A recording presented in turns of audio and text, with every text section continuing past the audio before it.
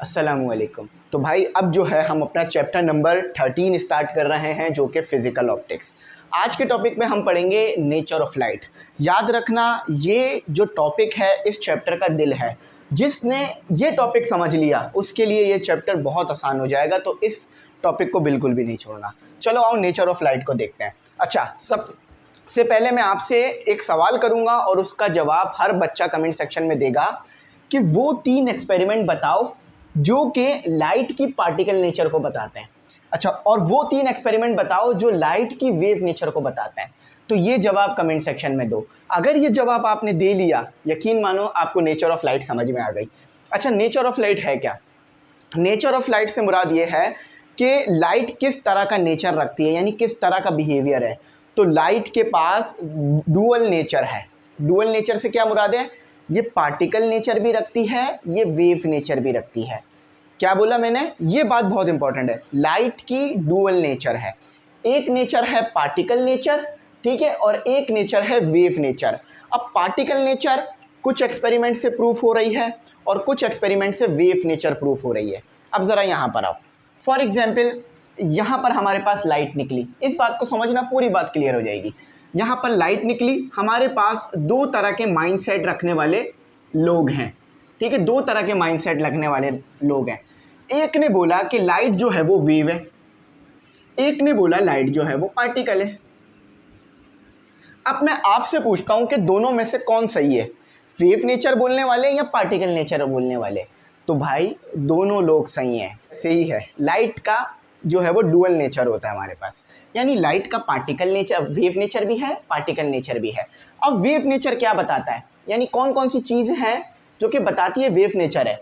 Interference, polarisation, ठीक है, और डायफ्रैक्शन और रिफ्लेक्शन, रिफ्रैक्शन, ये सारी चीज़ें बताती हैं कि लाइट का वेव नेचर है। अच्छा, एटम के साथ, इलेक्ट्रॉन के साथ लाइट के फोटोन्स का टकराना। फॉर एग्जांपल, ये आपके पास एक एटम है, ये आपके पास आ रहा है एक फोटोन, ठीक है, इस तरह बना रहा हूँ, पैकेट ऑफ एनर्जी होती है। अच्छा, ये इससे टकरा रहा है। अब जब 2 चीज़ें आपस में टकराती हैं तो वो कौन कौन सी चीज़ें टकराती हैं? जिनका पार्टिकल नेचर हो, है ना। पार्टिकल नेचर जब होगा तो टकराएंगी आपस में। जैसे मैं एक पार्टिकल हूँ, मतलब एक जो है मैं मैटर हूँ, और मैं इस बोर्ड से टकराऊँ तो एक आवाज़ पैदा होगी, एक शोर, यानी मेरा पार्टिकल नेचर है। तो यहाँ पर लाइट के पास पार्टिकल नेचर भी है, वेव नेचर भी है। चलो अब एक्सपेरिमेंट की लिस्ट पे भी बात करेंगे और इसको भी देखते हैं। अच्छा, अब वेव नेचर किस तरह का है? वेव नेचर इसका है transfer wave, electromagnetic transfer wave, जो इसके बाद वाले टॉपिक में पढ़ेंगे हम। ये EM वेव होती है। यहाँ लिख लो, पॉइंट लिख लो, यहाँ से शुरू करते हैं पॉइंट्स, ठीक है। Light is an EM wave. अच्छा, EM वेव क्या है? Electromagnetic wave. यहाँ पूरा लिख लो, EM वेव। EM वेव का मतलब है, ये याद रखना, इलेक्ट्रोमैग्नेटिक वेव, ठीक है, बात समझ आई। तो लाइट के पास डुअल नेचर है, पार्टिकल नेचर भी है और वेव नेचर भी है। अब पार्टिकल नेचर इस तरह से याद रख लो कि ये एक लाइट का फोटोन है और ये एक इलेक्ट्रॉन से टकराता है, ठीक है। तो ये पार्टिकल नेचर इस तरह याद रहेगा। अच्छा, अब हवा में बात नहीं करेंगे हम हवा में बात नहीं करेंगे कि लाइट का डुअल नेचर है। हम कुछ एक्सपेरिमेंट करेंगे जिससे ये बात साबित हो सके। फॉर एग्जाम्पल, ग्रेविटी एग्जिस्ट करती है, मैं आपको ये कह दूँ तो आप फ़ौरन से कैसे प्रूफ करोगे?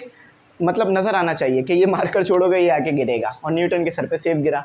तो इसी तरह से कुछ एक्सपेरिमेंट हुए जिन्होंने लाइट की पार्टिकल नेचर को बता दिया, कुछ एक्सपेरिमेंट हुए जिन्होंने वेव नेचर को बताया। अब फिज़िकल ऑप्टिक्स में ना आप ज़्यादातर लाइट की वेव नेचर को पढ़ते हो, लेकिन ऐसा नहीं है सिर्फ वेव नेचर को पढ़ रहे हो। फिज़िकल ऑप्टिक्स समझ लो ये भी कि फ़िज़िकल ऑप्टिक्स हमारे पास ब्रांच है, किसकी? ऑप्टिक्स की, और ऑप्टिक्स ब्रांच है हमारे पास फिज़िक्स की, ठीक है। अच्छा, फिज़िकल ऑप्टिक्स में आप क्या पढ़ रहे होते हो?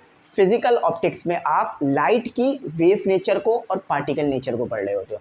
वेव नेचर से मुराद कि ये कैसे इंटरफेरेंस कर रही है, कैसे रिफ्रैक्शन, रिफ्लेक्शन, डायफ्रैक्शन, पोलराइजेशन कर रही है। सारी चीज़ें भी आगे आ रही हैं चैप्टर में, टेंशन कुछ नहीं लेना। टेंशन जब लेना जब मैं नहीं हूँ, अभी तो मैं हूँ, टेंशन नहीं लेना, ठीक है। अच्छा, अब वो एक्सपेरिमेंट बताते हैं जो कि लाइट की पार्टिकल नेचर को बता रहे हैं।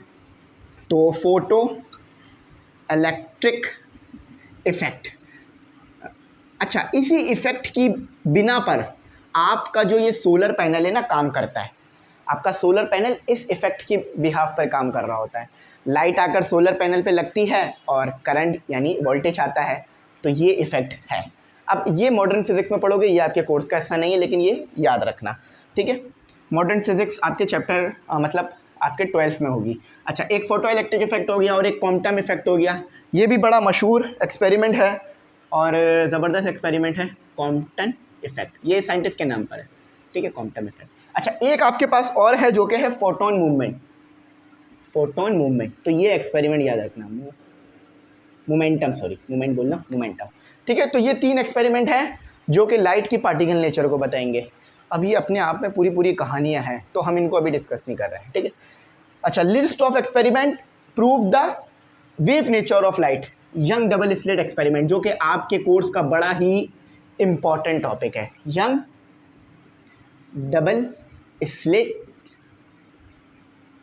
स्लिट्स एक्सपेरिमेंट, ठीक है, ये बड़ा ही इंपॉर्टेंट एक्सपेरिमेंट है जो कि आपके टॉपिक का हिस्सा है, ठीक है। यंग डबल स्लिट एक्सपेरिमेंट हो गया आपके पास।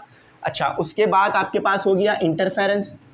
अच्छा, interference young double slit experiment में ही पढ़ोगे, तो यहाँ पे एक काम करो, रिफ्लेक्शन लिख लो, रिफ्लेक्शन ऑफ लाइट, LIGHT। ये तो कोई भी बच्चा कर सकता है। फॉर एग्जाम्पल देखो, ये बोर्ड का ये हिस्सा दिख रहा है, यहाँ पर आपको कुछ ज़्यादा अच्छी तरह नज़र नहीं आ रहा होगा क्योंकि यहाँ रिफ्लेक्शन हो रही है, ठीक है। अच्छा, रिफ्लेक्शन के बाद आपके पास और भी बहुत सारे एक्सपेरिमेंट है। हैगन प्रिंसिपल, यहाँ हैगन का जो एक्सपेरिमेंट है ये भी एक बड़ा ही ज़बरदस्त एग्जाम्पल है इसकी, हैगन्स प्रिंसिपल। अच्छा, मज़ीद अभी हम डिटेल में नहीं जा रहे हैं, इनको अब याद रखना, जब हम इनको पढ़ेंगे ना तो मैं बहुत डिटेल में ले जाऊँगा आपको, ठीक है। अच्छा, अब लाइट की स्पीड के ऊपर बात कर लेते हैं। स्पीड ऑफ लाइट है क्या? देखो भाई, मैं यूँ जा रहा हूँ, मेरी एक स्पीड है, आप सोच रहे हो, सोचने की भी एक स्पीड होती है, कुछ लोग कम टाइम में बहुत सोच लेते हैं, तो लाइट की भी एक स्पीड होती है, यानी कितनी तेज़ी से लाइट जाती है। तो याद रखना, लाइट एक यूनिवर्सल कांस्टेंट है। ये आप जब न्यूटन की जब आप आइंस्टाइन की जनरल थ्योरी पढ़ोगे ना, स्पेशल थ्योरी, जनरल थ्योरी, तो उसमें ये बात समझ में आएगी, लेकिन अभी मैं बता रहा हूँ, इसको ज़रा समझ लो कि लाइट की स्पीड यूनिवर्सल कांस्टेंट है। यूनिवर्सल कांस्टेंट से क्या मुराद है? ये किसी भी सूरत में चेंज नहीं होगी। अगर आप किसी ऐसी चीज़ में बैठे हुए हो जो कि लाइट की स्पीड से मूव कर रही है, तो भी ये वैल्यू जो है वो सेम आएगी। अगर आप अगेंस्ट मूव कर रहे हो लाइट की स्पीड के, तो भी ये मूव आएगी, सेम आएगी, ठीक है। तो लाइट की स्पीड चेंज नहीं होगी, ये हमेशा सेम मिलेगी आपको। ऐसा नहीं होगा कि कभी लाइट बहुत हल्की हल्की आ रही है। हाँ, अगर बिजली नहीं आ रही है तो वो अलग बात है, लेकिन लाइट की स्पीड चेंज नहीं होती। तो लाइट की स्पीड क्या है? यहाँ लिख लो, speed of light is, speed of light है आपके पास 3 × 10⁸ मीटर पर सेकेंड। इसको याद रखना, ठीक है। तो ये बात आपको याद रहेंगी, उम्मीद है। तो ये हमारा टॉपिक था, एक छोटी मोटी सी बातें और बता देता हूँ, उसके बाद इसको ख़त्म करते हैं। अच्छा भाई देखो, हम क्यों पढ़ रहे हैं लाइट को? देखो, आज के दौर में सब कुछ लाइट के ऊपर आप कर रहे होते हो। फॉर एग्जांपल, लाइट से आप जो है वो रात में रोशनियाँ हासिल कर रहे हो, तो आपको अब इसे पढ़ना तो पड़ेगा ना कि ये क्या क्या कर रही है, किस तरह का फिनोमिना कर रही है।